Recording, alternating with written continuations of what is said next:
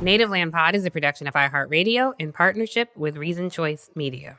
Welcome home, y'all. It's Native Land Pod, episode 106, and we are your co-hosts. I'm Tiffany Cross here with Angela Rye, Andrew Gillum, and Bakari Sellers, last on purpose.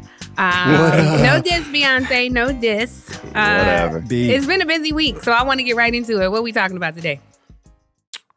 No, I'm going first since y'all like to call me out last. I believe in myself, and I'm going to use my voice. I'm reclaiming my time. Okay. All right, Maxie. No, I want to talk about these Epstein Files because it's something interesting going on as we have this discussion because Republicans are conflating Democrats who are fundraising and Democrats who are communicating with their constituents, in the words of Representative Plaskett, and the individuals who were consorting with him on Epstein Island and had untoward, did I pronounce that right, Andrew? Yeah, you got it. And you got 2 seconds. Yeah, no. and those who were... And That's those why you should have went last. Rich coming from me. Yeah, I know. And exactly. Thank you. And those individuals who were doing that, those untoward or participating in that untoward behavior with Jeffrey Epstein, they're not the same. I want to know what impact it's going to have, this Epstein stuff, on the MAGA reign. So what you got, Angela? I'm excited to talk to the Massachusetts Attorney General today, Andrea Campbell, who will join us to talk about all things. We know that SNAP was certainly up for grabs, and that SNAP battle is just getting started, along with DEI and all of the many accomplishments she has, including suing Donald Trump several times with lots of other states. With that, Andrew, what you got? It's hard to choose, but I think I'm going to camp out in the area of... I actually don't know. What was the third topic? It's okay. Well, stay tuned for Andrew's surprise topic. We got a lot of viewer questions. That's why he liked to go first and second, because it'd be a surprise. And the runner show is in the chat. Same. Right. It's like those. Andrew's like, I don't watch the chat. I don't read the chat. Let me go to the kids chat. Today don't know nothing about that. To be continued. When you have to wait a whole week for the next episode. So to be continued to see what Andrew wants to talk about. There it is. Well, we have a lot of viewer questions, so we're going to get to those. Something I want to get into is a new law popping up in a lot of red states to allow pregnant women the ability to park in handicapped spaces, which sounds like may not be a bad thing, right? I'm going to say why I got a problem with that. So we're going to get into that and more. Tiff, it's come to me, and it is a serious Okay. topic, so I regret that I didn't recall it initially. But we're going to talk about this Trump administration, again, this Justice Department, the arm of the Trump White House, who is seeking to have the killer of Breonna Taylor, one of the killers, who was found guilty, I believe, after the third trial, their effort to roll back his sentence. More on that in the Trump Justice Department. All right. We'll get into all of that on this episode of Native Land. Let's jump right into it right now.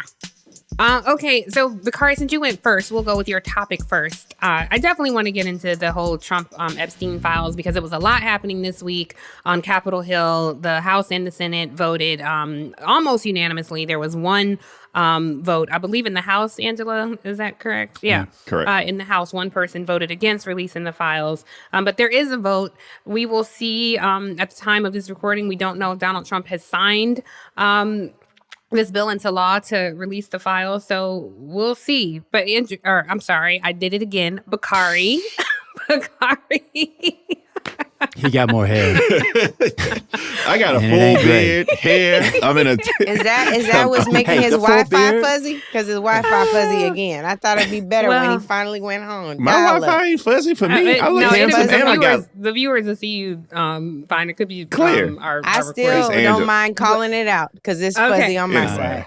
You were talking about, Bakari, though, the challenge with how people are perceiving this. I have a lot of thoughts on this, but I want to let you lead the discussion because I don't think this is going to matter at all, but I want you to lay it out first. Oh, no. So I think that this is the only thing that separates MAGA from Trump. I think that you're seeing the far right, because Trump is the first person. Let's set the historical context. Trump in 2015 was the first person to put Epstein Files on the radar. When he was running against Hillary Clinton, when Hillary Clinton was the front runner for the Democratic nominee, when he wanted to lump Bill Clinton in with Jeffrey Epstein and everyone else, he made this the issue du jour. And they built so many conspiracy theories just off pedophilia and the left. I don't know if you recall, but allegedly Democrats were molesting children in some pizzeria in Washington, D.C., right? And so this was the underbelly and undercurrent for a lot of MAGA. Even earlier this year, you had GOP influencers coming out of the White House with trapper keepers talking about, we got the first set of the Epstein Files, and lo and behold, they had nothing. Or you had Pam Bondi, who said, I have the Epstein Files on my desk. Mm-hmm. And lo and behold, she had nothing. And so maybe. Well, maybe. I believe that this is it's a through line here. And the first thing is, I believe that this is the only thing that the far right or MAGA base turns against Donald Trump on. Now, how long standing that is, I'm not sure, but you're already seeing that fracturing with people like Nancy Mace, Thomas Massie, and Marjorie Taylor Greene. Nancy Mace and Marjorie Taylor Greene being the cheerleaders for MAGA. I think they just have like little MAGA cheers that they do in the bathroom every day they go to Congress, right? And so that's first. The second thing is that bill actually gave Pam Bondi and the Department of Justice a lot of opportunity to go in and scrub the list for things they don't like, for names they don't like, for individuals they don't like, for witnesses they don't like. So that gives me some pause that you're not going to have full transparency. And last but not least, I think that it's very weird, and this is somewhat of a reach, Tiffany, and this is why you're the journalist, and you're going to be like, I'm making a journalistic reach. But I do think you can have a conversation about Andrew Tate and the interference of the Department of Justice with Andrew Tate, who is himself a certified toxic man who is a misogynist, who is under investigation for sexual trafficking, et cetera, et cetera, et cetera, and the interference from the White House with their reluctance of showing off the Epstein Files. I just think that there is an underbelly of toxicity that deals with the lack of caring for young people or women that we have to discuss that's emanating from the right. And I think that there's a through line that's directly there. What is Trump's role? And that may be a leap. So I'm just saying. No, not necessarily, but just for my clarification and for the audience, what exactly is Trump's role in when Andrew Tate, who many people may or may not know, because he is in what they call the manosphere, which is where, unfortunately, a lot of men, even I was talking to some of my nephews, but young black men actually ascribe to his podcast, his words. He's literally beat women on campus. He's allegedly held them as slaves. He's trafficked them, etc. He was under investigation in Romania. As soon as Donald Trump won, he put out a tweet saying that the Tate boys are coming home. He ended up on a flight to Florida, and they confiscated his phones on the plane. And the young gentleman, I pronounce his last name wrong all the time, who was up for an appointment to the Department of Justice just recently, and Politico ran the story exposing his Nazi tweets, made a phone call to the border agents to give the Tate brothers back their devices after they were seized at the border. Something that had never been done before. It had a very chilling effect. They interfered on behalf, and ProPublica has written an amazing piece about it, but they interfered on behalf of people who are under investigation for sex trafficking, which, by the way, sounds eerily like Jeffrey Epstein. And I think it ties into this whole conversation about the manosphere. I think it ties into a whole conversation we're having about what's in the files, who was protecting these people. Paul Ingracia, if I pronounced it right, Ingracia. He is someone right now who works and got a job without having without having to go through the nomination process. So I think it all ties in together. There's a lot to chew on there. I sounded like Andrew Gillum in my recitation of where we were. But that's just, those things have been bothering me. And Epstein has been bothering my core for a while.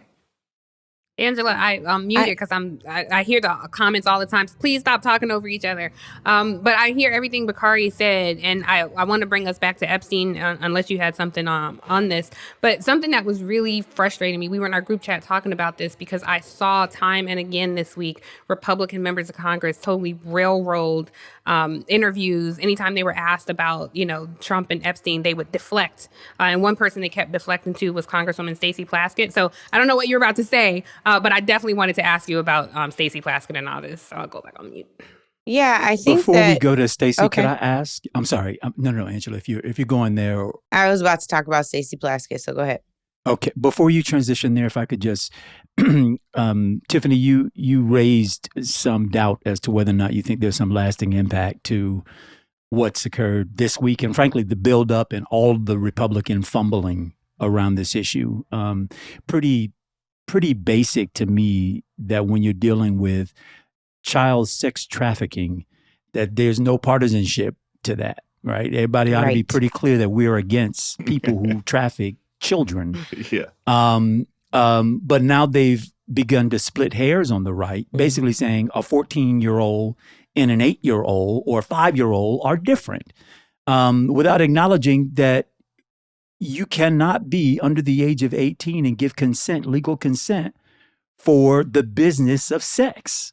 It just, and some people have a harder line, like where Angela, affiliates church-wise. I was coaching too at one point. We take harder lines around this thing. It's not just what you are legally able to do, but then there's morally, ethically, and so on and so forth. But I would say they've majorly fumbled the ball here, mostly because they've treated it like a ball and not like the individual lives that are at stake and that have been impacted. Tiff, I think you may have some sound here, but I wanted the press conference this week. So my point, Andrew, about I don't think any of this matters. Like, obviously we all agree that we should all agree that pedophilia is a problem. But here's my challenge with this. We already knew who Donald Trump was before he was ever elected. And yes, Bakari, I take your point that he was, that he introduced this because, and the right they were salivating over this because they thought the Clintons were attached. They thought this was a Democratic problem, which it turns out it's an everyone problem. And so we already knew that Trump was a liar before any of this happened. He asked Attorney General Pam Bondi. She told him his name does appear in the Epstein Files. And he told the Wall Street Journal that she never said that. So these lies are pretty open and apparent. We already knew that Trump had many problems with women. And so I'll say all of his challenges with women after we hear from one of the survivors who spoke this week at a press conference. Take a listen and we'll talk about it on the other side. I beg you, President Trump, please stop making this political. Show some class, show some real leadership, show that you actually care about the people other than yourself. I voted for you, but your behavior on this issue has been a national embarrassment. It is time to take the honest, moral ground and support the release of these files. Okay, so that was Jenna Lisa Jones, one of the survivors of Epstein. And here is my challenge. Jenna Lisa Jones voted for Donald Trump prior to his election, for the second time, by the way. We already knew that he had challenges with women. He's on record talking about, women let you do what you want if you can grab them by the pee. According to reporting by BuzzFeed, he would go when he was running the beauty pageant, the Miss USA, I believe, beauty pageant. He would go in where Miss Teen USA, where young girls as young as 15 were dressing and make jokes about his obligation or his ability to be able to sleep with them if he wanted. He would look at young women and say, if you were a little older, I'd be dating you. He's made these kind of sick comments about his own daughter. Right now in these detention facilities, ICE detention facilities, we have seen evidence previously of alleged child abuse. There was the largest U.S. operator for some of these shelters for migrant children faced allegations of sexual abuse and harassment of minors at these facilities. The abuse allegedly took place at Southwest Key Program, some place that was still operating up until a year ago, could potentially still be operating now. It's a very shadowy operation. So I kind of feel like, yes, obviously, these women are survivors and they deserve justice. But the fact that they voted for this man and vote for policies that put other children in harm's way, not just of abuse, but of sexual abuse, I find it a little difficult to reach down inside myself and my own humanity and have sympathy. Because my challenge with this is, Andrew, you don't want it to happen to you. But it was okay when these things were happening to someone else. It's okay when you put other children in harm's way. I don't think take issue with that. I take issue with that. Let me just first.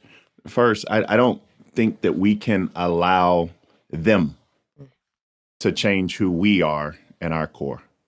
And I think that having a level of sympathy and or empathy for someone who was the victim of Jeffrey Epstein can be looked at in a vacuum and mutually exclusive from who they voted for.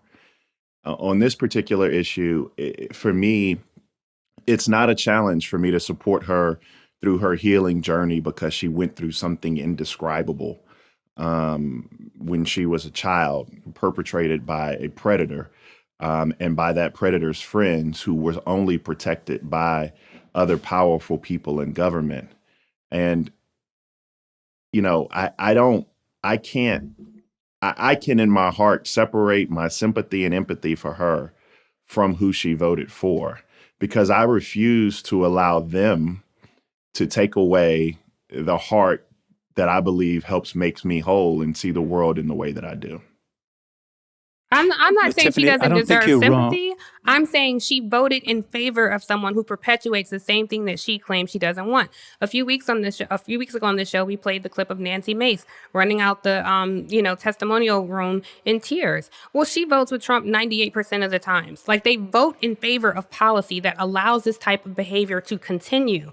And if this type of behavior was happening to little white kids, it would be tragic. But when it's happening to little brown kids, again, please, I would ask the audience, I don't want to go down a whole rabbit hole, but Southwest Key Programs was it was an awful thing. Our failure of legacy media never covered this with the intention and shit, but in print media, you could see a lot of stories about it where children were abused all the time. This was during his first administration. So my challenge, Bakari and Andrew, is yes, obviously nobody deserves to be abused as a child, but my problem is this happened to you and you still voted for a man whose policies are allowing this to happen to someone else. You voted for a man where it was public knowledge, and it was BuzzFeed. I can't remember what I said, but it was BuzzFeed who did the reporting about his inappropriate behavior with 15-year-old pageant contestants. So I'm not saying And they I think a deserve lot of it. people- I'm saying I Right. find the hypocrisy in this quite disgusting personally. But go for it. I don't know that the hypocrisy is as black and white as we describe it now.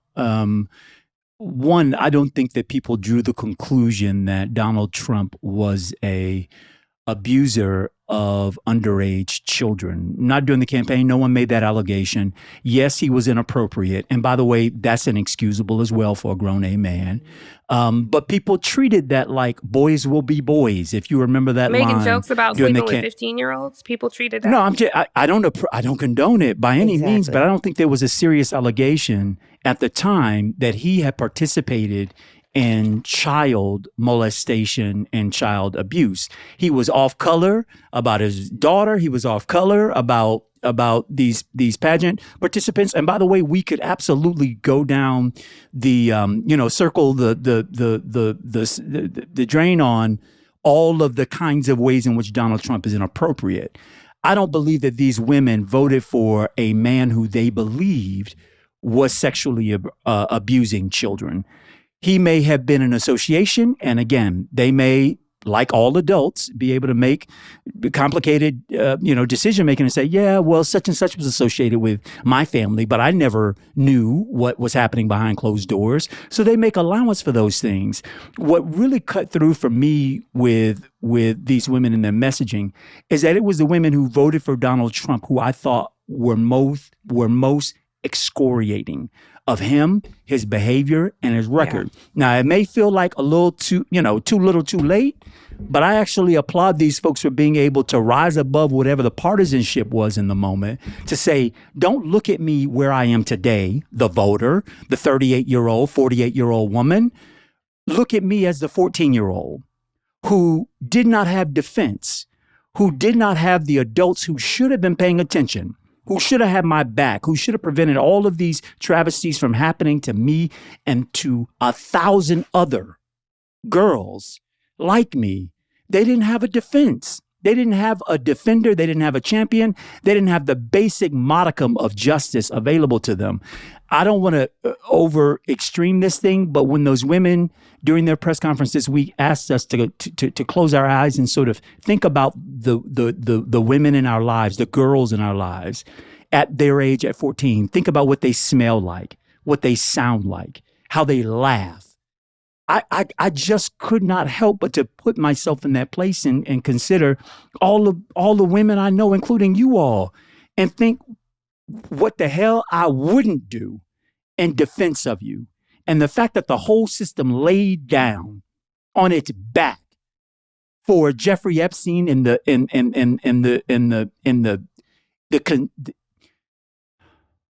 the depth of diabolical behavior that took place there.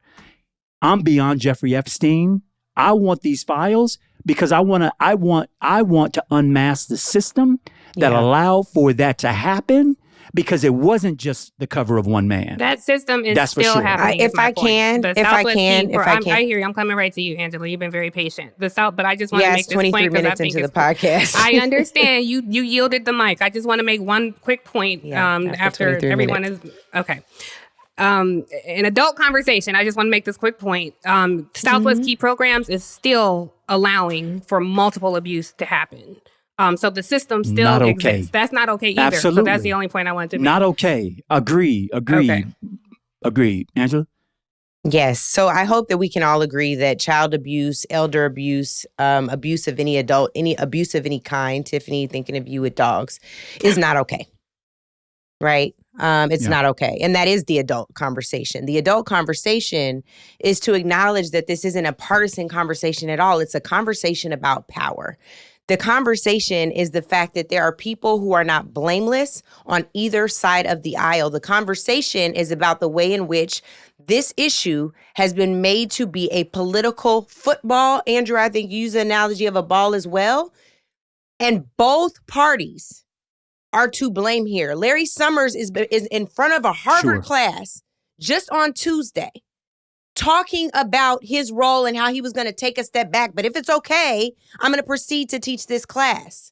We have no idea who is all in, like, literally to blame for this. And it is not, I hate to do this because I want to blame Donald Trump for everything possible. But the reality of it is there are a lot of people who were playing ball with Jeffrey Epstein, no pun intended. A lot of people. There are women, there are men, there are elders, there are youngers, everybody in between. So it is about power and the ways in which we, our proximity to power colors our conviction. It blinds us to what is right.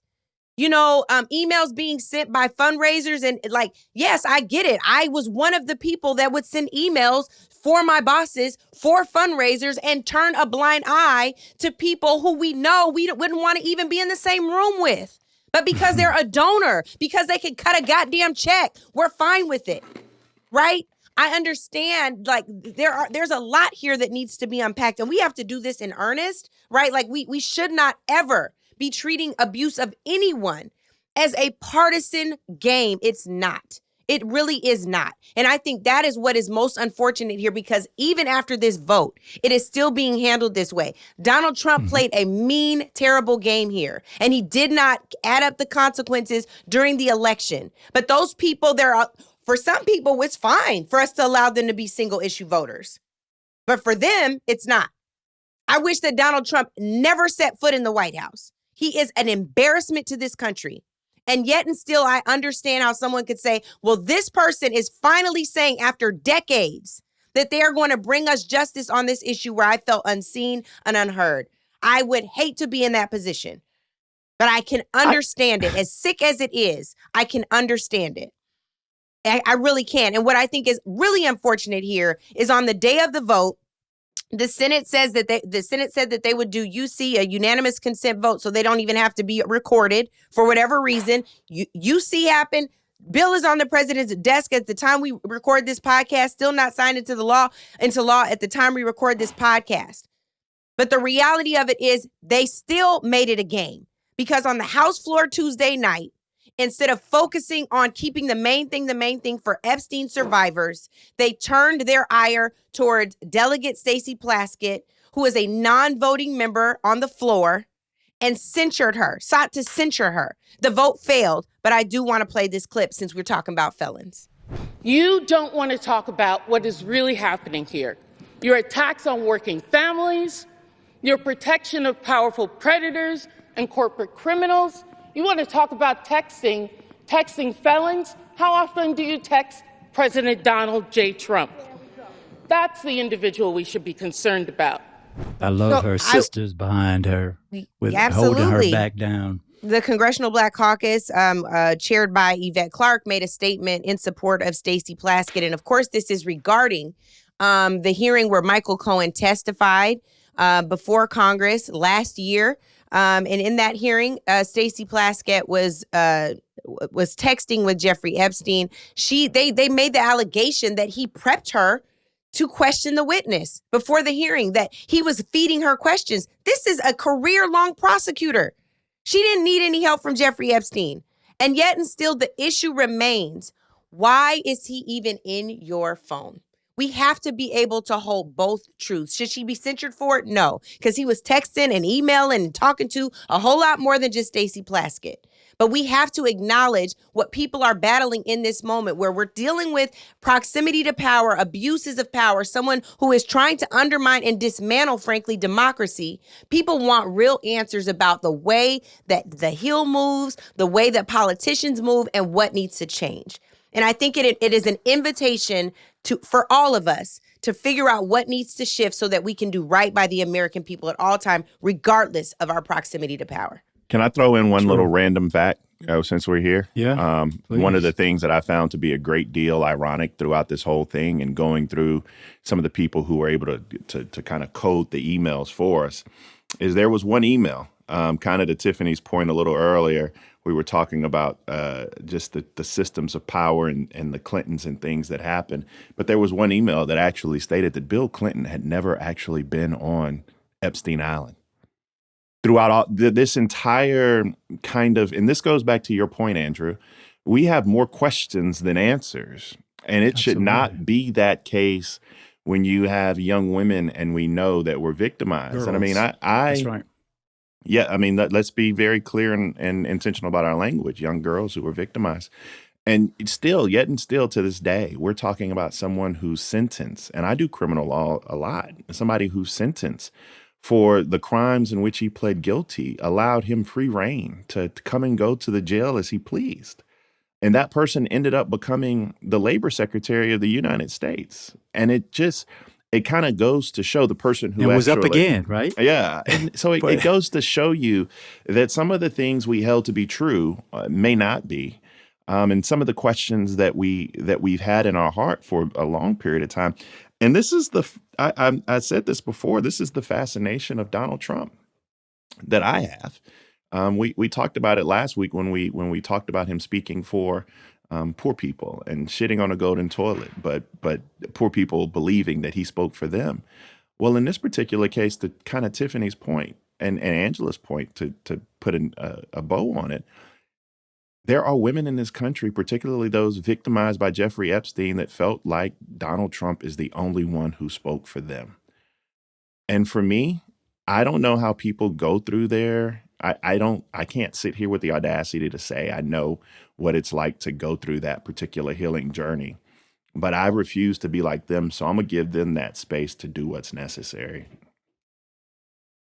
I have so many thoughts on that, but you're allowed. You had three divergent opinions. I disagree with it. You know, I don't know if that was the deciding factor for those particular set of women. But we talked about this last week. We had our disagreement on this last week. But Bakari and Andrew, we were on opposite sides because I think the system of white supremacy was always the top thing for them. It's hard for me to reconcile that you vote for an accused sex offender because he's the person who's going to speak for you.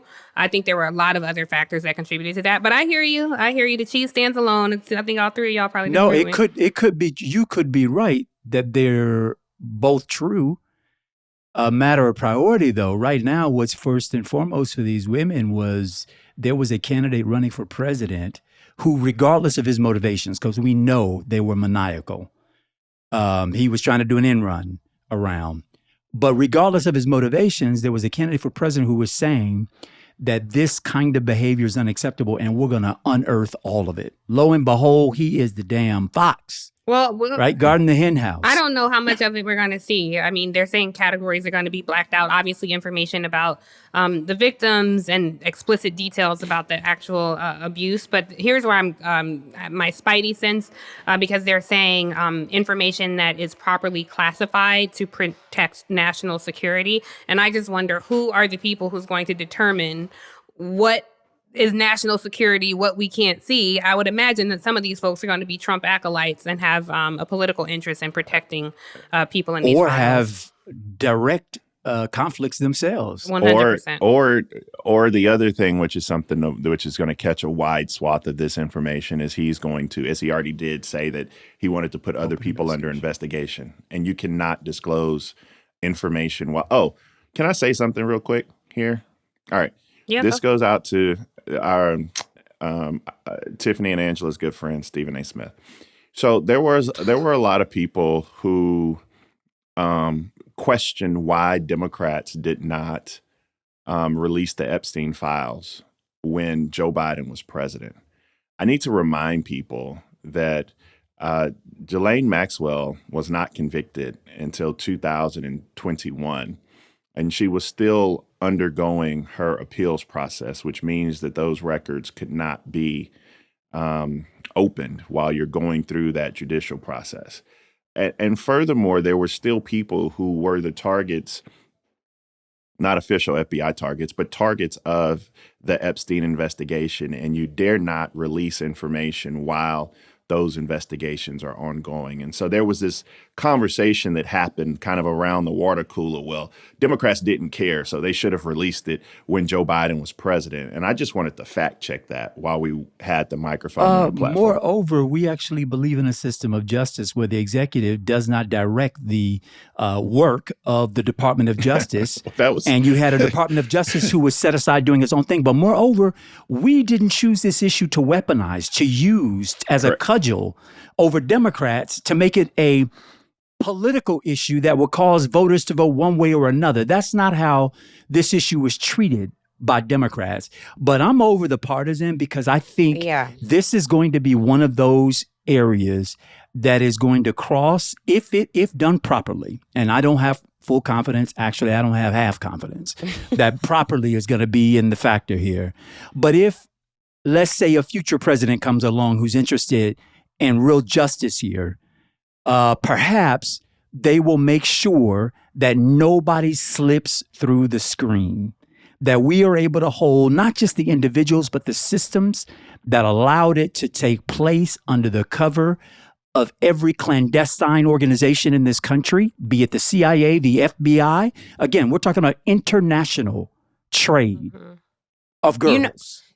I guess the thing that I would say, and I'm not saying that you were directing this response to me, but I just want to clarify, I'm not talking about the release of the files when I say that these women waited for decades for justice.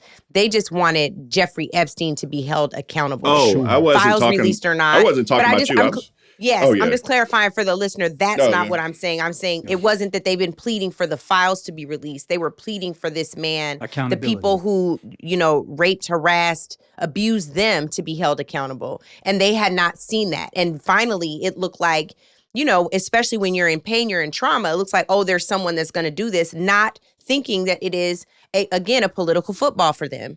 So they're thinking like, my hope is finally in something.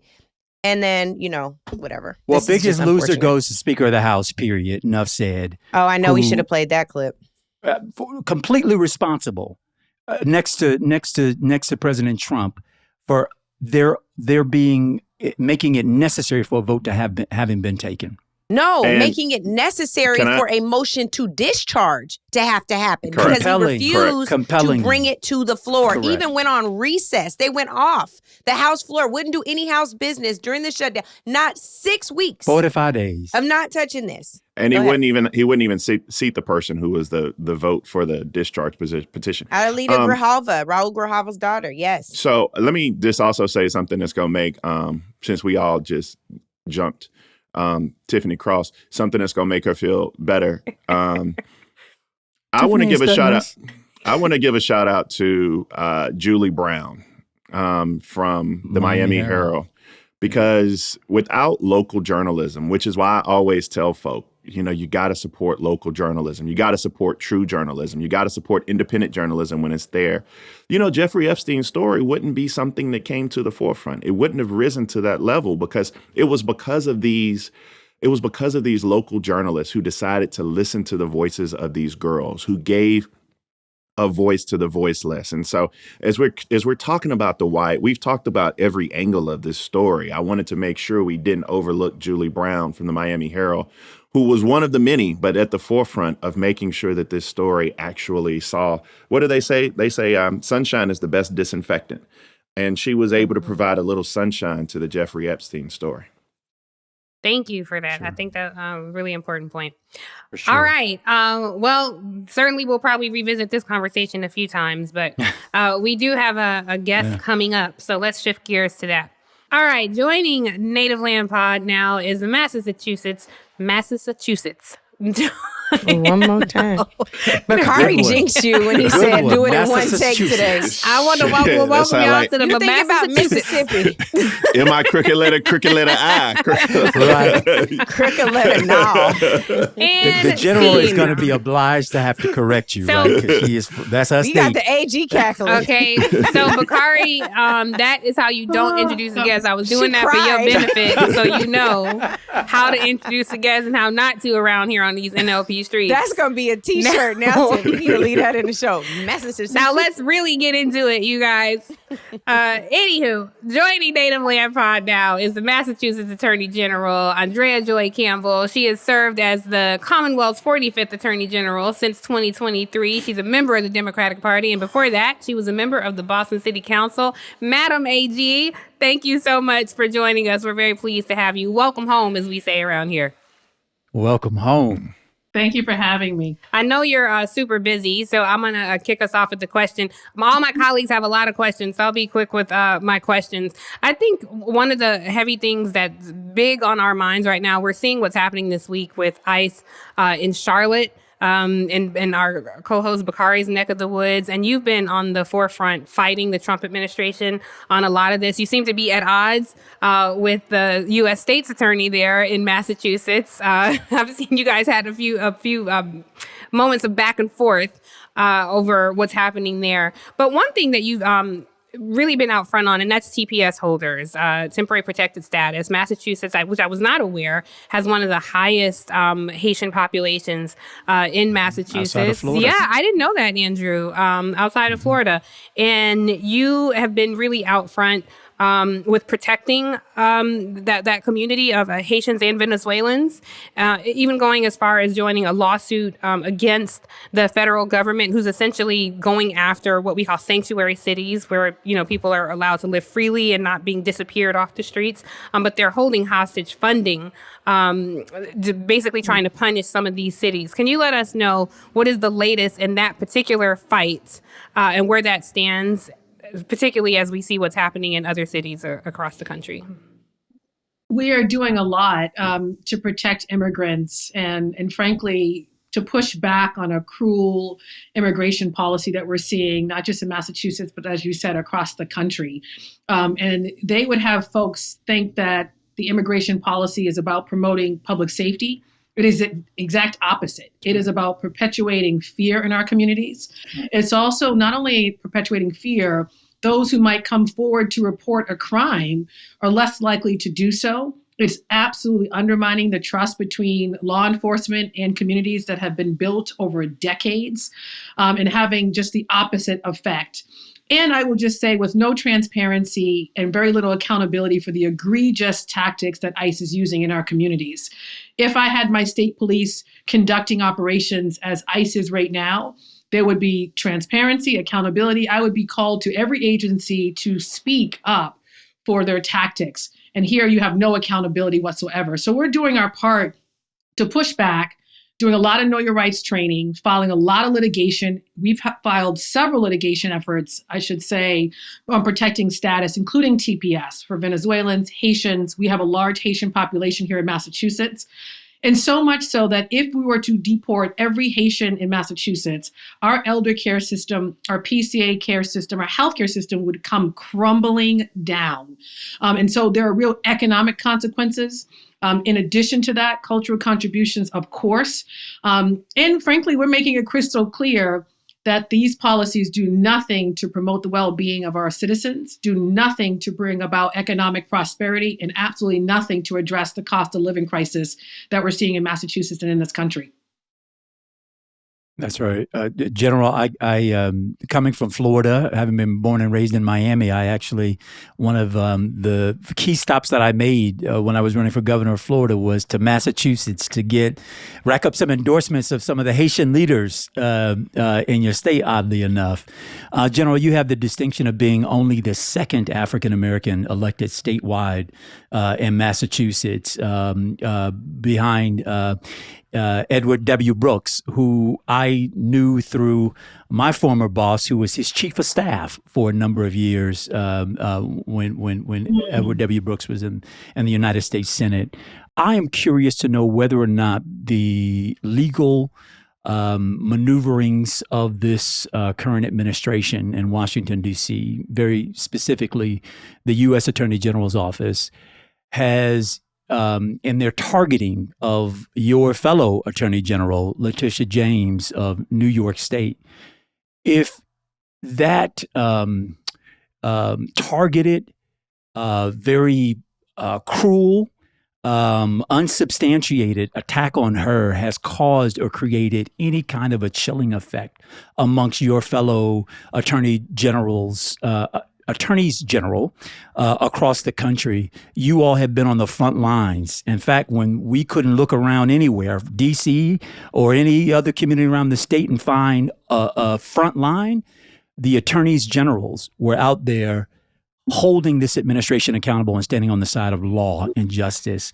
But I am curious to know whether or not you all have experienced any kind of a chilling effect, or what concerns it causes you to see this administration personally go after defenders of democracy and of law and of justice, such as yourselves as attorneys general.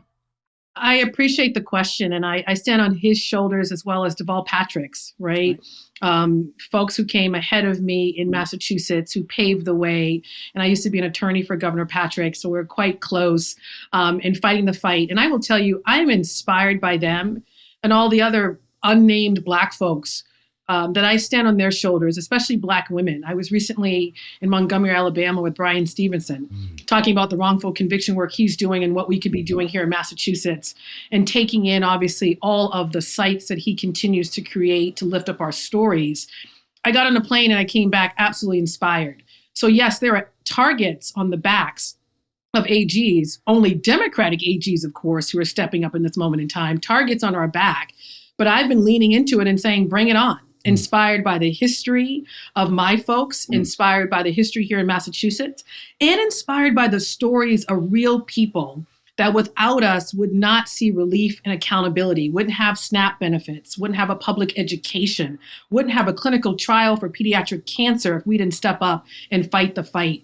And so I know many of my colleagues feel the same. We, of course, have AG James's back all day, every day.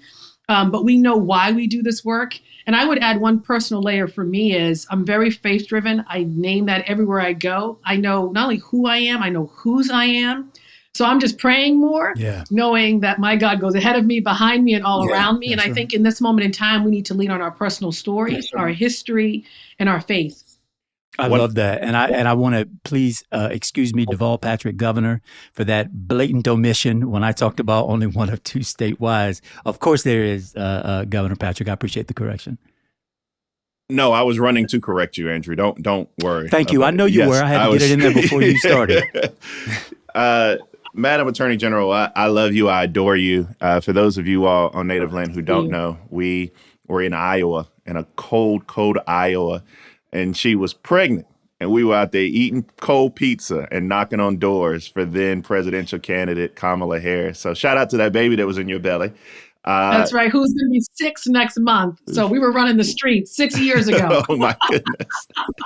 Let me ask you just a personal question, because I feel like I know you and supported you throughout the way. But people don't know that when they see you and they see your smile today, that everything don't always go right.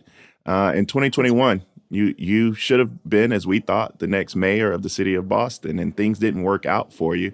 Talk about that defeat and how that spurred you on to be able to do the great things you're doing now. I mean, whether or not you're talking about SNAP benefits, or you're talking about children who aren't in school because they're afraid of ICE, or all those things, it did not happen if you didn't have that defeat. And were able to gain some moment of clarity, I guess, relying on your faith. So how did you get knocked down and get back up again? Definitely my faith. Even in that loss, I tell folks, it's your perspective, right? I flipped the loss and saw it as an opportunity. And I said to God, okay, if that wasn't it, then where are we going next? And I think it's really important. You're going to have losses, but if anything, I learned more about myself during that race. I learned that I care deeply about politics and government, helping people and not harming people. And so when the opportunity came along to run for Attorney General, I said, do I want that job? And let me tell you, everything works out as it should, especially when it's connected to something bigger than you and when it's not about you. And so this work of service is not about me, but it's not just my faith. You know my personal story. I've had so many defeats along the way. You know, when I was 8 months old, my mom died in a car accident, going to visit my father who was in prison at the time. I didn't even meet my father until I was 8. And so my brothers and I, we bounced around. We lived with my grandmother, who did the best she could, but struggled with alcoholism at times. And when she was struggling, we're in a foster care system or with a relative. And then my dad would get out of prison. I'd meet him for the first time when I was 8, but he wouldn't live to see me graduate from Princeton. I talked to him one morning. He died the same evening when I was 19 years old. And then fast forward, my twin brother, Andrea, would die while in the custody of the Department of Correction at the age of 29 as a pretrial detainee as a result of receiving inadequate health care. So I sit here today. My middle name is Joy, so I have no choice but to stand in that, but it comes from my biological mother. And in addition to that, just reflecting on all that loss and thinking about how do I use this job that I'm privileged to have to break other cycles of poverty, criminalization, mediocrity for other families in Massachusetts and families by our work outside of Massachusetts. So it's purpose-driven work. And I'm already breaking those cycles for my 2 beautiful boys. So anything that comes my way now, I'm just like, bring it on. Because if I got through all that, I know I'll be okay going forward. And I think this is our time to remind our people not to be ashamed of their stories, to be vulnerable in it, because it gives you tremendous power. So when you come across a professional loss, it's not that. It's a learning opportunity. It's an opportunity to keep moving ahead. And who knows where you might end up. Attorney General Campbell, you talked about your legacy and the shoulders you stand on. I can't help but to notice the picture of Muhammad Ali you have on the wall behind you. And I want to bring that up just for a moment, because I think it's important for people to understand how many knockout blows you've given to this administration, the Trump administration, with almost 24 lawsuits against the Trump administration. Would love to talk to you about how you feel about that record. And now that we know that the Trump administration is continuing down the very treacherous path of dismantling the Department of Education, including outsourcing the work of the Civil Rights Division there, I'd love to hear about the work that you are doing and leading with states' attorneys general around DEIA. I really appreciate that. And I have Muhammad Ali because I feel like in this moment in time, he's like my muse, I guess. And Fannie Lou Hamer, too, both of them, and maybe Kendrick Lamar right now. I'm just relying on all of them in so many different ways. And I tell folks here in Massachusetts, we're small, but we're a mighty state, and we punch above our weight every day. And I feel like Muhammad Ali punching above our weight. We have now 41 lawsuits against this Trump administration. They tried to come for $3.24 billion in Massachusetts investments. Our lawsuits have protected $3.02 billion of Massachusetts investments. So who your AG is in your state matters. And most of these lawsuits are across state lines to protect DEI and DEIA initiatives and to do it unapologetically. There is nothing right now, even as we sit in this conversation and on this platform, there is nothing that this administration at the federal level has done that has made DEI initiatives, diversity, equity, and inclusion, unlawful. It is still lawful. So if anything, we're telling folks not to succumb to their fear, but to keep exercising their leadership, and us AGs have their back in the education context, in the employment context, you name it. We're also fighting for public schools and public education. The $3 billion I mentioned, they tried to come for close to $200 million of funding for our public schools here in Massachusetts, which would not have opened on time and delivered educational services for our students and our educators if we didn't file that lawsuit. And we have another lawsuit, of course, against the dismantling of the Department of Education. So we'll continue that. But all to say, not only do we need to keep punching above our weight in this moment, AGs have, I think, the most impactful tool to fight back, because litigation in particular is what we need to hold them accountable. That's excellent. I know we also have a question. We like to hear from our Native Land Pod community. We have a question on veterans and how they are being protected or not so protected at the hands of ICE. Greetings, Native Land Pod. My name is April from Atlanta. I absolutely love your podcast. I want to thank you for your comments on Veterans Day. We definitely want to praise our veterans and thank them for their service and their sacrifice. I have several members in my family that have served this country. My question is, are you aware that there are immigrant veterans that are currently sitting in detention centers and are facing deportation? One of those people is my loved one who signed up in the military, served this country, and in spite of that is facing deportation to his native country. It is not right, it is unjust, and I would like to know your thoughts about it. How can we bring greater awareness to these veterans that could be facing deportation and are currently sitting in detention centers? Thank you so very much. Attorney General Campbell, your thoughts? First of all, thank you for lifting up that story, because I think people often, when we're talking about this work, will refer to some spreadsheet and just numbers. These are real people. These are Americans or folks who want to be in this country because they love this country. And in this case, obviously, veterans. So in the context of even the SNAP conversation, this happened before Veterans Day. We had so many veterans that were reaching out to our office because they were food insecure and grateful for our lawsuit to protect access to food benefits for them, a population that's often forgotten. We're doing a lot in this space, including in the housing context, and for folks who are returning in the mental health space, job and employment, you name it. We have no partner at the federal level whatsoever when it comes to this work. In name, they may say, oh, happy Veterans Day, but in action and substance, they're nowhere to be found. And the fact that we have folks who are willing to die for this country sitting in detention facilities is absolutely unconscionable and ridiculous. And I'm not surprised. The folks that they would say they're detaining, they're saying they're criminals. It's nonsense. We are not seeing that. If there are maybe one person they pick up with a criminal record, when you pull back, if they're able to obtain the information, it is folks who have no criminal record, folks who are actively seeking asylum, maybe they're veterans, or folks who've had cases dismissed. And so they're picking up folks who, for whatever reason, shouldn't be in detention. So what we're doing is doing rapid response, making sure people have access to lawyers. We're also helping with bond and making sure folks can be released on bond while they go through some proceedings. But at the end of the day, I think it's a reminder to everyone in this country, our AGs will keep fighting the fight, but our tools at some point will hit a wall. The trauma that folks are experiencing is real. And if you don't like the immigration policy coming from this White House, get civically engaged, get out and vote, do your part. It's equally important and it's just as powerful. Well, I love you. I'm thankful that you came by and met some of my friends. I'm glad I was able to introduce you to some backup singers. You too. Just saying. Thank you so much. I'm curious It's a tough before. time right now, so we have to keep also taking care of. Yeah. That's I'm right. glad you went there, because I actually wanted you to end there, which is on, I'm just out of curiosity, wondering how you let your hair down. What is relaxation for an attorney general who's at war 24/7, it seems, on every side? What does the calming down? Is it a reality show? Is it some yoga? Is it a collard greens cooked Kamala Harris style? Well, I'm definitely looking forward to Thanksgiving for sure with my family, because it will be all of that and then some more. Yeah.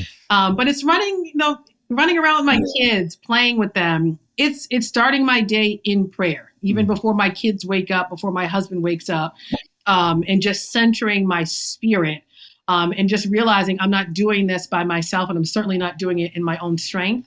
And it's also surrounding myself with positive people who know that, yes, it's hard, but rolling up their sleeves to say, what are we going to do about it? Not accepting it, right? And not lowering their expectations of what they should get from government or anything else. And so this space right here does that for me. So just surrounding myself with folks who pour into me, and I'm grateful. Then I have an incredible team. I work with folks who are dedicated to public service, and I'm inspired by them every single day. I love that, General. Thank you and welcome home. Yes. You're welcome here anytime. Welcome home. Anytime. Thanks so much for joining us. Y'all make sure y'all write some checks. Write some checks to this job. It don't run off love and prayers. That's I know real. faith That's without right. He's faith talking without about works. campaign contributions. Yes. Yeah. He's talking Yeah, about for sure. campaign contributions. I just want to make sure we're not Trump, so we can't like just fund a remodel of a house, a new ballroom, Build right? We're ballroom. gonna keep it real ethical Seriously. around Golden here. toilets. That's exactly right. AndreaCampbell.org, AJ Campbell, MA on social media. So thank you all for having me. Stay Thank you, blessed. General. Happy Thank you. Thanksgiving. For Happy sure. holidays. All the Thank things. you so Stay much. tuned. Thank you Thank so much. I love Nick, her spirit. yes, that was excellent. Love her spirit. Yeah. Her story was so powerful. It's I'm so glad cool. you asked that question, B. It was such a powerful story. And I love that she punctuated the point of how important attorneys general are across this country, because I keep saying the courts will not hold.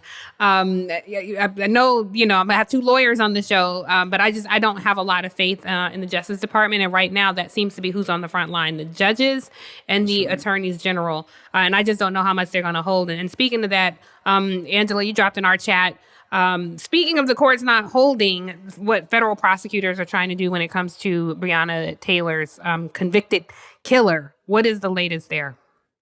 I just want to back into this a little differently. And it's because, when we have this conversation and people say, I'm choosing the lesser of two evils, or both parties are just as bad, or all of these things, there are pointed examples where we can show people the stark distinction between two different parties and the people that they put in place. And I think this is one of them. I remember when Donald Trump was elected the first time and Jeff Sessions was Attorney General, I was calling it the Department of Injustice. And we've seen just how far this department will go to protect Donald Trump's friends, people that have protected him. We've seen Donald Trump abuse his pardon power. We've seen the pardon office run by Ed Martin, an attorney of Donald Trump's, abuse that office. And we're seeing the ways in which not only did they eliminate the transparency database around police officers who have had past issues around abuse, harm, harassment, even killing of different citizens in various states and cities, but now a case that our folks fought hard for when you think about the convergence of what happened in the summer of 2020 with George Floyd. Certainly that was met with Ahmaud Arbery and Breonna Taylor. And now the thing that we fought for, the thing that her mother, Tamika Palmer, cried for, which was to ensure that her daughter eventually would receive some type of justice. I wouldn't call 33 months justice at all. But now we have the Department of Injustice led by Pam Bondi seeking to ensure that this man, detective, and now I'm forgetting his name. Is it Hankinson? Hankinson, yes. Brett Hankinson. Brett Hankinson. Brett Hankinson. Yeah. Yes. Now we're seeing them fight for him to be out of jail while they await his appeal. And I'm saying this knowing that Donald Trump is going after Tish James for a mortgage fraud that does not in fact exist, going after Adam Schiff and all the rest, all of his political enemies, but they will protect law enforcement who abuse the power of the badge and kill us willfully, abuse us willfully, and then seek for them to be out on bail and then out of jail altogether, undermining what the Biden-Harris administration's Justice Department did. So that's my unless you're the law enforcement that was brutalized by the January Sixers, who were responsible for the death of folks who were standing in the gap for democracy. That falls in the category of the pardon power being abused, given the fact that he pardoned them. So I started there. Yeah, the pardon. And then let's not even forget that we just found out this week. You like that timing note, don't you, Tiffany? We just found out this week that that the raggedy district attorney or United States attorney from the northern part of Virginia didn't even show the grand jury the second amended indictment for James Comey. They completely circumvented the process to indict another one of their political enemies. This is This is fascinating to me. Bananas. It's fascinating to me, and it's hurtful to me, and it's not surprising to me because on the very bare minimum, I think we all started this journey in quote unquote civil rights with a few like fundamental facts that we all held true. No matter if you were the four of us or you were in Black Lives Matter, or you were just somebody randomly protesting or whatever it was, the nexus that brought us all together for a lot of those voices that people who watch our show have been hearing for the past 15, 20 years is that, one, we understand that Breonna Taylor, we understand Ahmaud Arbery, we understand George Floyd, we understand everything that happened since then is not justice. Justice is them being alive. Everything that happened since then is maybe a modicum of accountability, if that. So that's kind of first. And then we realized how difficult it was even to get that accountability. We realized that we had to move heaven and earth to get that accountability. And only with a blink of an eye, only with a vote or an election does all of that accountability roll back. And the last thing is, fundamentally, all of us, I mean, I know we have our disagreements on whatever the particular issue is. You even have movements of Black folk who are trying to get to the same place that have disagreements on how to get there, right? But all of us believe that we're in this position because people do not give us the benefit of our humanity. And Breonna Taylor is the perfect part of that. She didn't get the benefit of her humanity in life, and she damn sure not getting it in death. And so the troublesome part is Breonna's not even able to rest. That's the sad part of this. I do think that it's important to also note to this point around rest, the attorneys that work in the Department of Justice have also reached a crossroads. There is a piece in the New York Times this week, a deep dive where they interviewed more than 60 lawyers who talked about leaving the Department of Justice. Hundreds have been fired and thousands more have left the department. At least over 1,000 have left because they can't defend what this administration is doing, which is not upholding or protecting the law. Could I just add while we're on this topic that there are, so that our audience isn't surprised and we're not surprised, there are conversations in justice around what it might mean to pardon Derek Chauvin of his murderous acts. And the truth is that I'm disgusted by it, but not even surprised that this is part of the conversation. There is a wing that has kept Donald Trump afloat, including in these latest polls that overall have been pretty disastrous for Donald Trump of late, a moment in time, of course. But the people who keep buoying him are these hardcore, radical right racists who he can do no wrong. Why? Because as you've already pointed out, Tiffany, repeatedly, is that they are in common cause around white supremacy. And they know at the end of the day, the beginning of the day, through the evening, and whatever the hour, that Donald Trump is always going to stand at the goddamn gates, like he's Bull Connor at the doorway, between what's right, what's fair, what's equitable, what's qualified, and white supremacy. And I don't mean to say that all those things are opposite white supremacy, but if that's your modus operandi, if that's what you live and die to defend, then we can't make room for your qualifications, your meritocracy. We can't make room for that when all I know is that you're motivated by making sure that the supremacy that has foregone us 400 plus years is what follows for the next 400 years. That's what they're in defense of.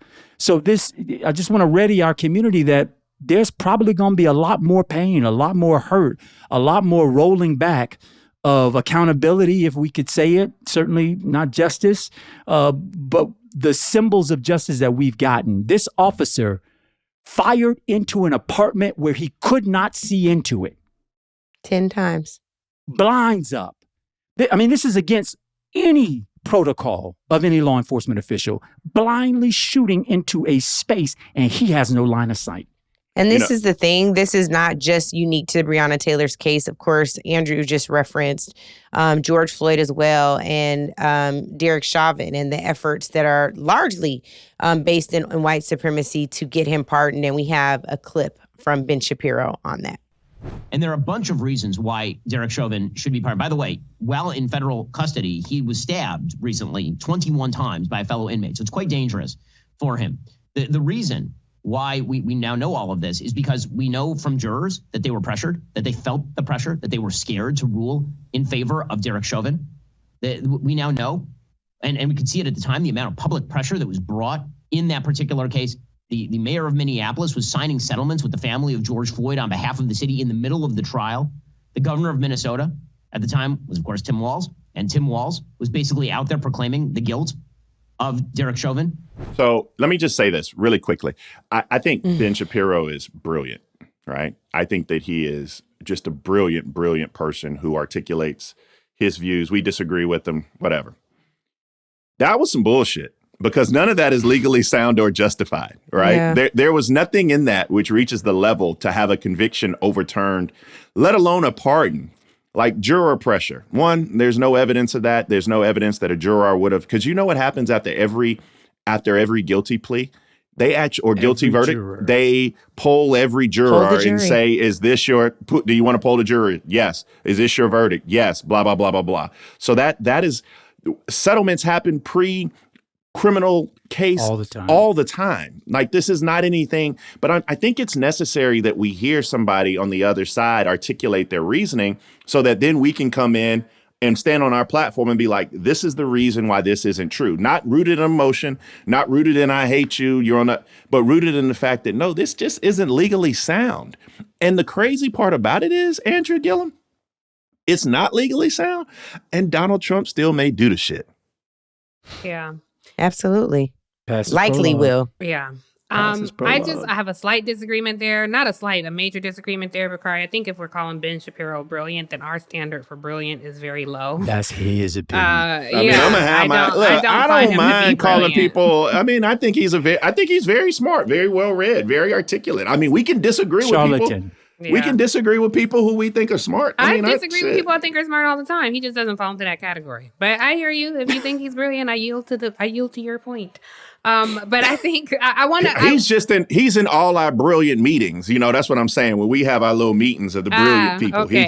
Yeah. No wonder I'm not invited to that meeting. But I do think that they mask a lot of policy and white supremacy, and I want to switch gears here and shift us to something that I wanted to talk about, and that is in your neck of the woods, Bakari, and in your neck of the woods, Andrew. There is a state law trying to be introduced. But in order for us to talk about that, I want to take us back to last year. We were in Philadelphia and did a show leading up to the election. And we had a wonderful question asked from a young man there who's a member of Alpha Phi Alpha Fraternity Incorporated and stood up and asked this question. Take a listen. Say your name and where you're from, please. Hi, my name is Sean Leon. I'm a junior here at Temple University as a African American man that have a disability. I was told by a white teacher that college was not for me. Here I am in college with a high GPA. But what I don't understand, we talk about the black vote, the black woman vote, the black LGBTQIA vote. What is amazing, we talk about all that, but we don't talk about the black disabled vote, and people like myself are tired of being treated as second-class citizens. So if y'all can just talk about what we need to do as a community to uplift the black disabled vote as well, so that more people like myself can be a success story. So we got a lot of response from that question, and I just shout out to him for standing up and asking and challenging us to talk more about that. And so ever since then, every week I've wanted to revisit that topic. But again, during the Trump administration, it's like trying to catch confetti covering all the travesty. So while we had time to do it, I just wanted to follow up with that, since there's a story in the news this week that speaks directly to it. But first, Black people with disability are more likely to spend outside a regular classroom. Students are typically kicked out of classrooms. They're more likely to be placed in correctional facilities and less likely to have completed high school. And so he bucks all those trends. There are more than 3.6 million Black adults who have a disability here in America. And students with these disabilities, as you see, are disproportionately discriminated against. And the ADA, the American with Disabilities Act, passed in 1990, and that, just like every other civil right in this country, passed because of the work of Black people. It was born out of the civil rights movement. People staged sit-ins, literally just copied the civil rights movement to get it. And there's intersectionality, of course, as we know, with Black folks in every underclass community, but certainly with Black folks in the American Disabilities Act. Why are we talking about this?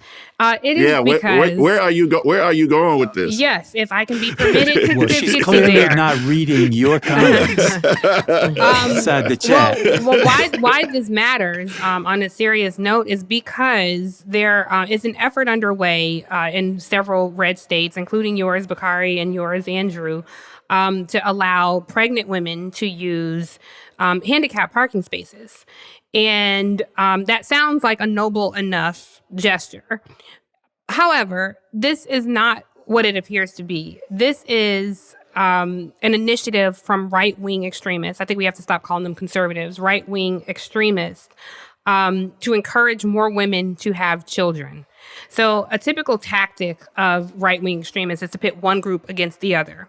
And so there are communities, including in South Carolina and in Florida, who are filing a lawsuit to stop this. So instead of saying, let's provide parking for pregnant women, they're saying, we're going to take away these parking spots and make them accessible to pregnant women.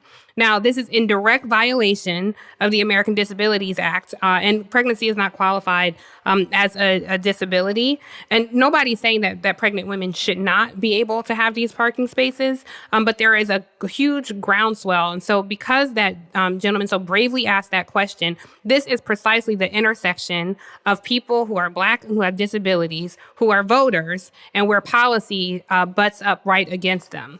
There was a testimony from a woman in Tallahassee, Andrew, who was one of the outspoken opponents of this bill. But this is a state law happening all across country, and I don't want people to hear it and think, oh, this isn't a bad thing. No, this is coming from white men, right-wing extremists, masking this in policy, and it's rooted in turning America into Gilead. And I thought this was something really important to raise to the viewers. But I get it's not of interest to you, Bakari, so I just wanted to make that point. I was letting you finish, but I wanted to say one thing. I had to clarify one point. Yes. If you are pregnant, yes, you do qualify for short-term disability. That's first. Yes. Thank you for that. And after you give birth, there are a few weeks in which you qualify for short-term disability. The reason I bring that up, just as a clarification of your point, is the people who don't take advantage of that short-term disability often enough? Pregnant women. That are Black. Right? Black. Yes. So I do want to, and your point is so nuanced that I'm going to sit my ignorant butt down on the side. But I did want to make sure that I did articulate the fact that, yes, pregnant women do qualify as being disabled. I think they should take advantage of it. And I think that those pregnant women should get parking spots. But that's about as far as I'm going on that. Many private businesses that I've seen actually create parking spots for women who are pregnant. Yes. Yeah. Not everywhere. They have disabilities. Can I tell y'all, can I confess something to y'all real quick? Can I confess something to y'all one time? So, like, if you tell me you park. No, it's worse than that. What? So, like, I had to get on a Zoom one day. And so I was in the Fort Lauderdale airport. And I downloaded the app so I could go in and use the stop it. The breastfeeding, the little pod. Just stop it. So that I could just think of the women who needed to feed their child. Man, I'm so couldn't. But Andrew, I've been carrying that burden. I've been carrying that burden with me. You didn't need to offload it here, brother. You didn't need to free it here. That might have been the reason I had to wait in line with y'all before to get into heaven. So I'm just happy I left. You're going straight to hell. Man, I downloaded that app so quick. They were like, "Where are you for your Zoom?" And I sat in there and logged in. They were like, "You got a beautiful background." It was all. Scott. Anyway, y'all Thank go you. ahead. I'm Thank sorry. you for pointing out the short-term disability, because I did want to just make that quick point. That is a part of the lawsuit, that they're saying pregnant women can apply for a parking pass for a short-term disability. So thank you for pointing that out. Well, let me tell you, my wife couldn't get nowhere carrying them two babies with her feet the way they were in those last couple of weeks. But I will say this. What you want us to do is to look at this from, I think, the view of how we expand. Right. You don't have to pit pregnant women against disabled people. Yeah. Absolutely.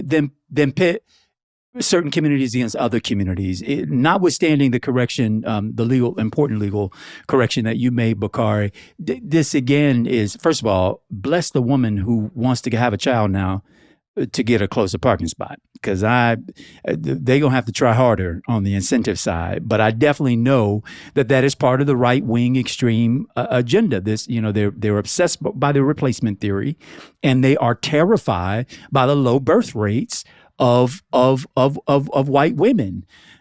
So surely, they go down that track. But I think we want to see this through the lens of expansion rather than contraction of support for people who need it when they need it. Correct. And what we're doing and what we're seeing in many of these states is the pitting against, which is, again, what they do.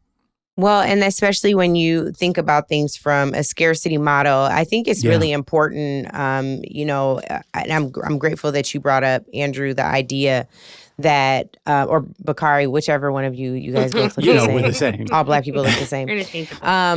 But talked about the fact that Black women very rarely take advantage of this benefit, if we can call it that. But when I think about all the work that Kamala Harris and Lauren Underwood and other Black women did in Congress, are really trying to make sure that we bring Black maternal health to the forefront, and the many ways in which our humanity is not seen carrying children in this country, in part because we did it for labor. That is the history of this country. What I don't want to do is dehumanize us even more when we do need this type of support.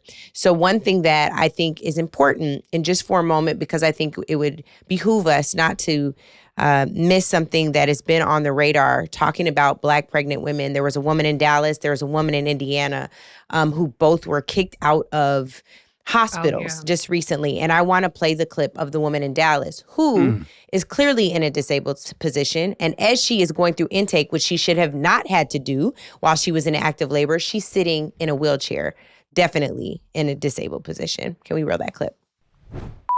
When's your due date? Right now. Is your due date 11? What? How many times have you been pregnant? 3. This is your 3rd pregnancy? Yes! You have 2 babies It's at home? in my ass! You have 2 babies at home? Who's your doctor? Lang is her doctor.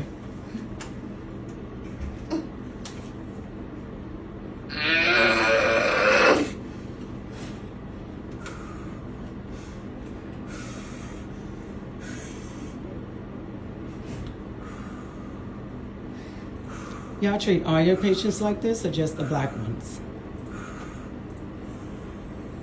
Everyone's the first time a patient for you. Alright, last name is Jones. She's G3P2. I'm not sure when her due date is. Her due date I is just the said 10th. it was the 10th. I think her due date's the 10th.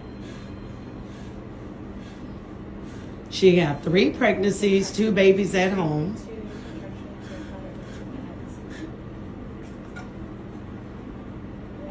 I bet y'all listen next time.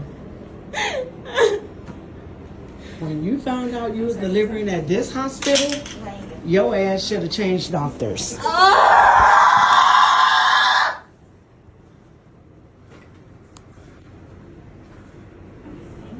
Everybody say how they treat people here. Unbelievable.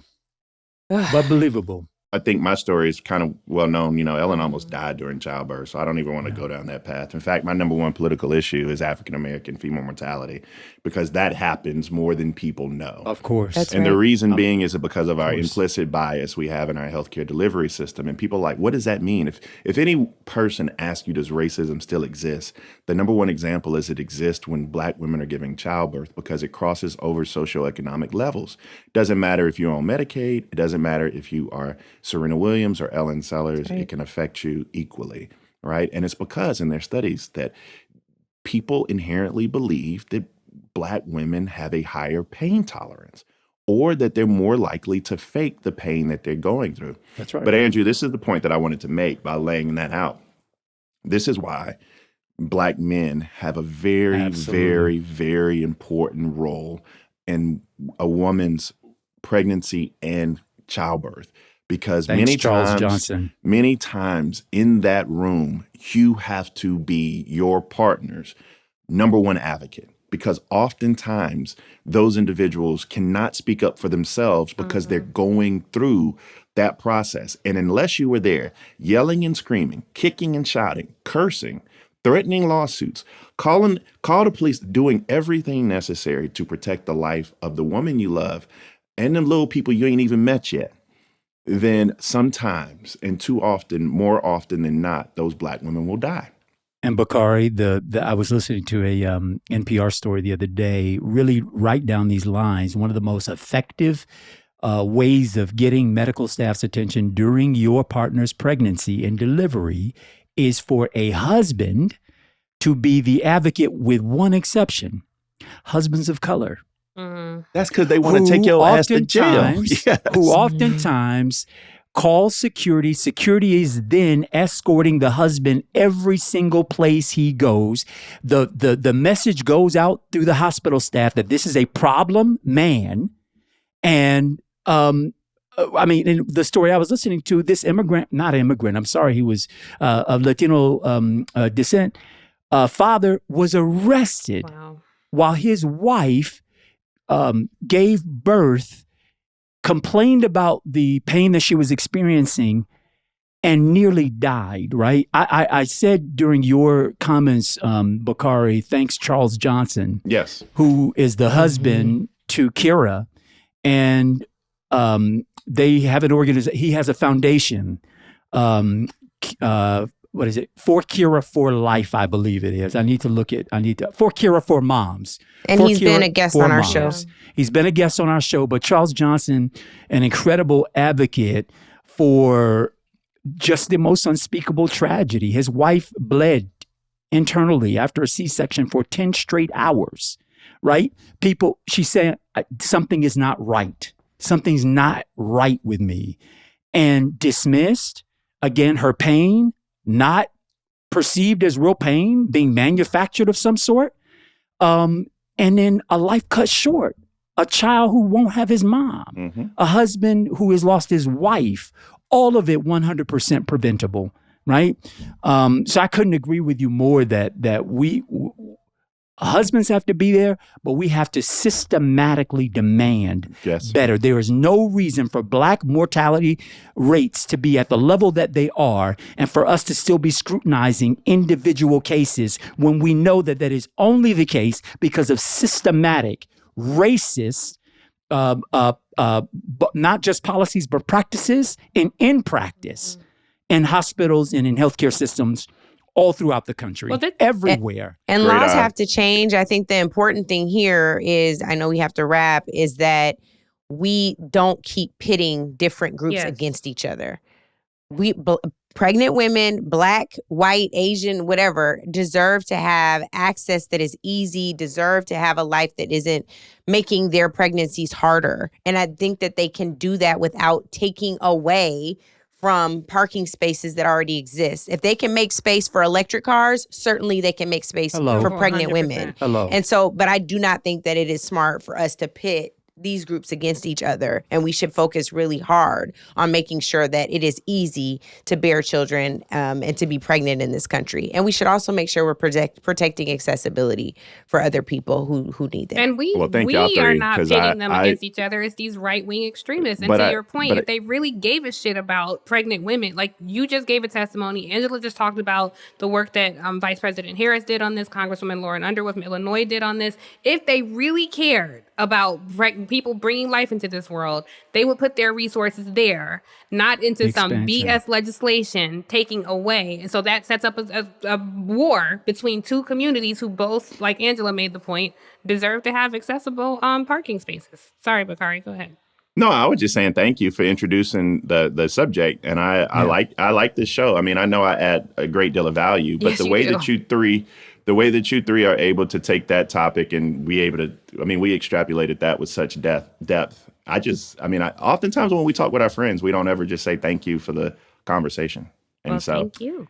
Thank you for adding to it. Back to you. And that clip that we played with the pregnant woman, it's hard to watch, but I'm happy that we're playing it in full, because hearing her scream, her guttural cries, and the way that woman was talking, the way the white nurse was talking to her, very dismissive. Just didn't give a damn. She was ordering Jimmy John's. That's what it sounded like. That nurse and then did she not wasn't. see She herself. wasn't even listening. Yeah. She wasn't even listening to her. I did see a post afterwards because she got fired, and the nurse did acknowledge, and she said that there are a lot of good nurses out there. Don't let her behavior. She had a, I don't know what to call it. It isn't just about her. It is at the rate in which, as you know, our women encounter this. It's systemic. Yeah. All right. Well, it's time for calls to action. So let's get to that. I'm going to kick us off because I let Bakari kick us off in the beginning. And so my call to action this week is another selfish ask of all of you. I want to know what y'all are reading this holiday season. Every year in my book club, we read a classic. So we're reading The Great Gatsby. So drop me a comment and let me know what y'all are reading. You and Trump. Yeah, exactly. But I'm trying to get back up to a book a week. And I'm not like some of these people who are like, I don't read fiction. I love fiction. So if y'all got good fiction, good nonfiction, whatever, let me know. My CTA is also very personal. I have been dealing with my mother, who is currently in the hospital. And one of the things that I'm understanding and being baptized by fire by is how ill-prepared I feel like my generation is to deal with aging parents.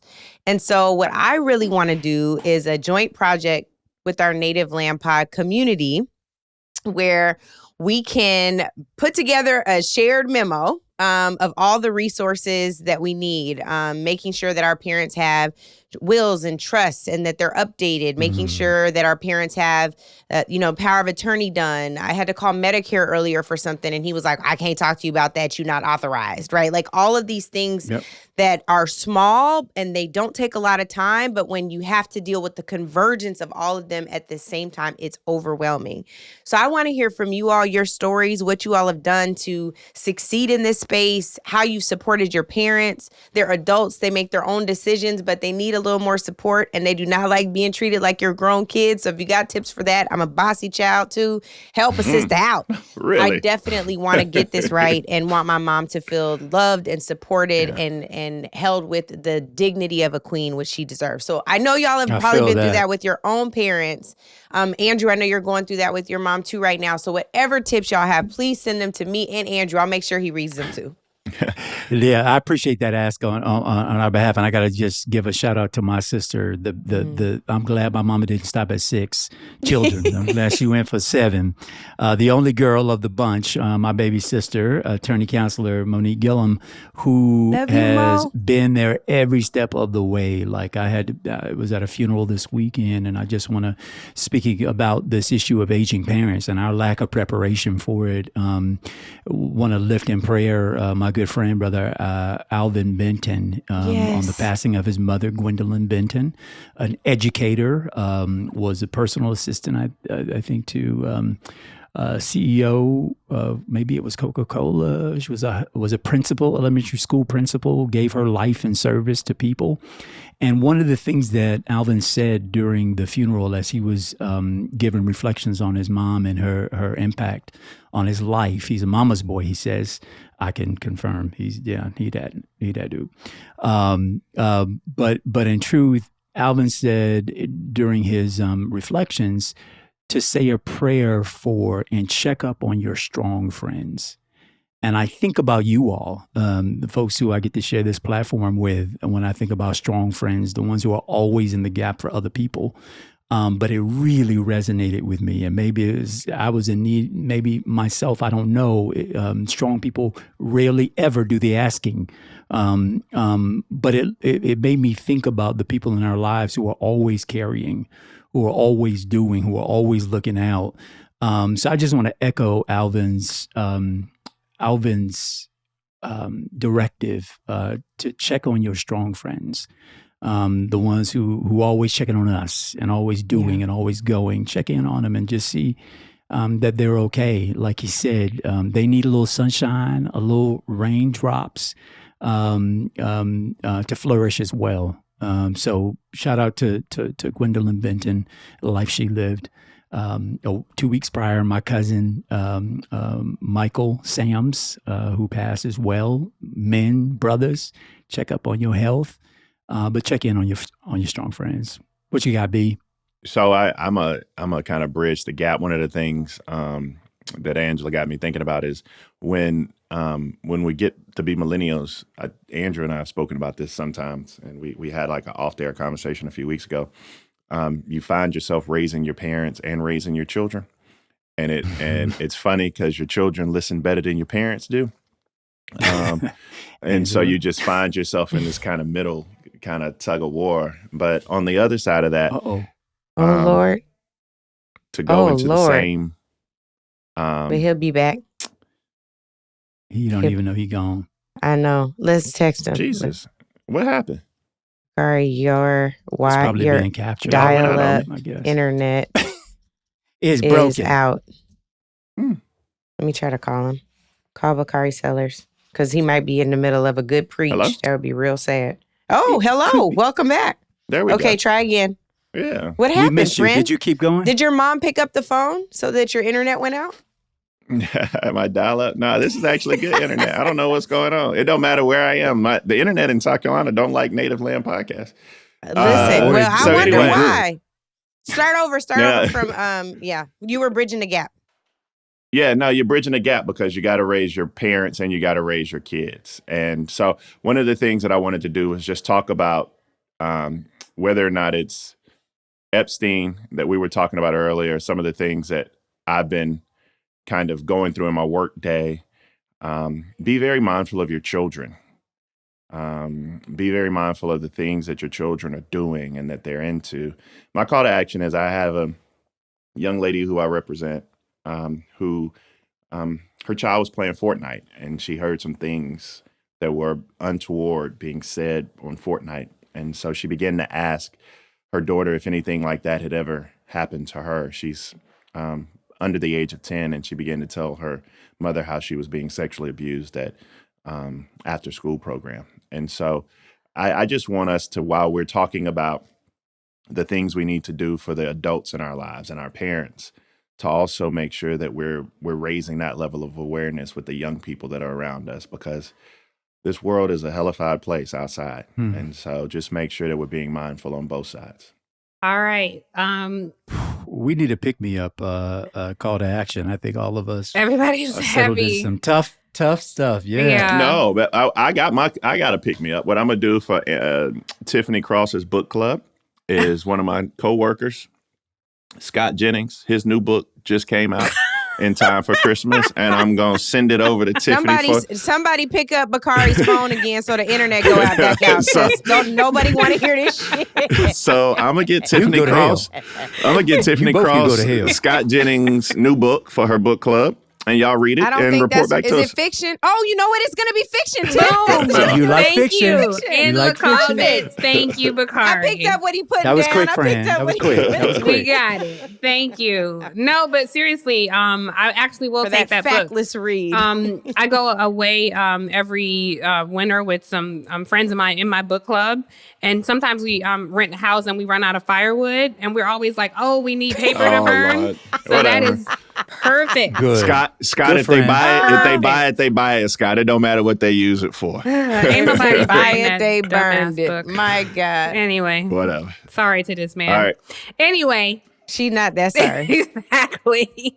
Anyway, thank you guys for an amazing show. We'll be back next week. There are 348 days left until midterms. And don't forget about Latasha Brown's We Ain't Buying It, the movement. You're not supposed to do any shopping after Black Friday. I think Angela is wearing the We Ain't Buying. Or is it, what you wearing? No, it's Black Voters Matter. I'm just Black repping Voters Latasha Matter. all day. Angela's wearing Black Voters Matter, Latasha's organization.